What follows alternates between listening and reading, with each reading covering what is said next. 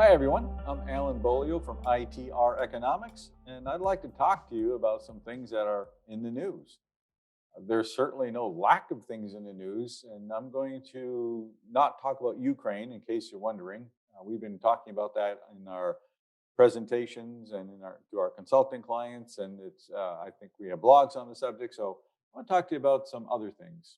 I want to talk to you about the consumer, interest rates, and gasoline. Now, they go together really well. And if you talk to folks about the interest rate hike, and if you were to go online and start looking at articles, you find plenty to make you wonder, oh my gosh, this 25 basis point rise that the Federal Reserve Board just put through, man, that's going to hurt. It's not. It's going to uh, be uncomfortable for some people on the edges, but certainly not many. And it's not going to be one of those things where, oh, your credit card debt, all of a sudden you can't pay it. That's not the case either. It's not going to be one of those things where it's going to stop car sales or stop home sales. It's home sales are already slowing down. In case you're interested, the February number for single family housing starts was a really good number in that it was slightly milder than average, but it was up and it wasn't off by much on the average rise. So the consumer is still buying homes and houses are still being built and interest rates are not going to derail all that. In addition to that, there's some statistics behind that, and that the when you look at the individual and the person on the street, we can afford this debt.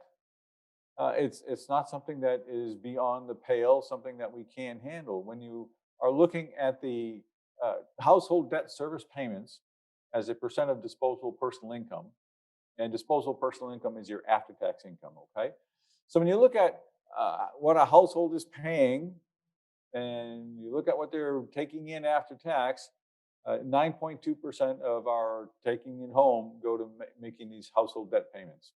9.2%. How's that compared to history? It's incredibly low. Before the COVID, it was low for 5 years. We were cruising at an average of 9.9 for 5 years, which was very low. The average since 1980 is 11.4%. And the last time there was something this close to this low is in 1993. From 1993 to December 2007, right before the Great Recession, our percent of debt to household to disposable personal income and debt service payments to disposable personal income just rose and rose and rose.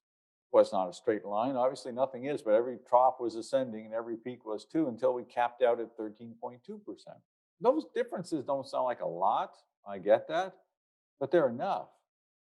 The bottom line here is that we, the consumer, are cruising at a very low level of debt service payments compared to our income, which means that if the cost of our debt goes up a little bit, we're still below 40-year levels.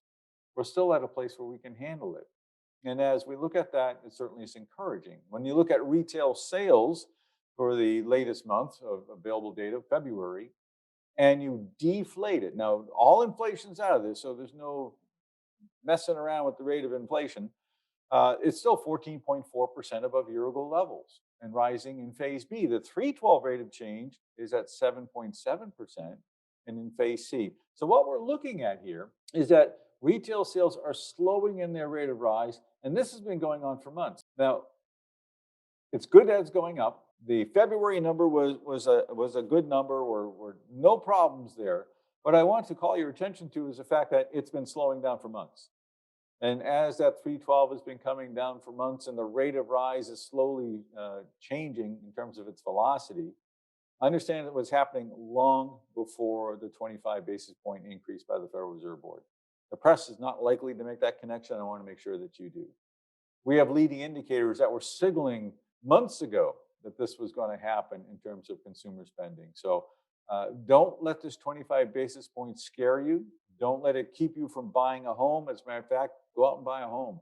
Don't let this think that the economy is going to go into recession. It's not going to.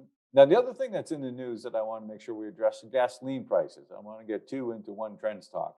Gasoline prices are impacting everyone. Just the other day, my wife told me how much it costs to fill up her vehicle, and it's more than she's had to spend on that in a long time. Let's put it in context, okay? When we look at what we spend for gasoline as a percent of our annual median earnings in this country. It's 3.3%. So you're spending 3.3% of your annual earnings on gasoline if you're a normal driver. If you're driving 200 miles a day, obviously you're spending more if you're going out of pocket, not reimbursed. But if you're doing about 13 miles, a day, or 13,000 miles a year, excuse me, and you're getting a vehicle that's somewhere in the mid 20s miles per gallon, you're at 3.3%. Now, if you look back to 2011, 12, 13, 14, it was higher than that. When you look back to right before the Great Recession, it was much higher than that. So what's happening here is that our incomes have been going up, which means that even though gasoline's higher and we don't like it, it's actually affordable.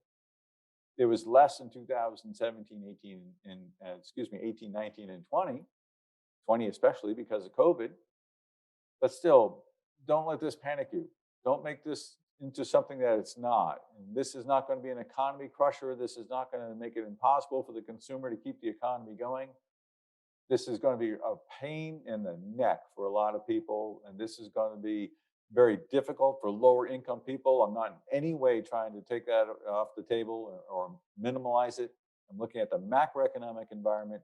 I want you to understand this is not going to push us into a recession. The economy will be slowing down. It is slowing down in segments already. We've been forecasting for over a year that it was going to be slowing down. We have leading indicators that have been telling us for a number of quarters that it's going to be slowing down.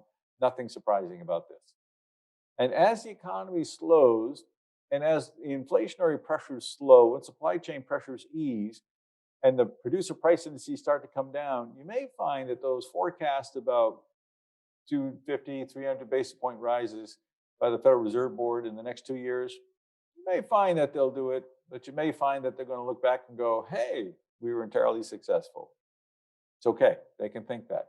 You and I know it was already happening. And you and I know that there's going to be less reason for them to raise interest rates so dramatically as we go forward. Of course, they're going to raise them again, but I would not be worried about too many significant hikes this year. There may be a number of 25 basis point hikes.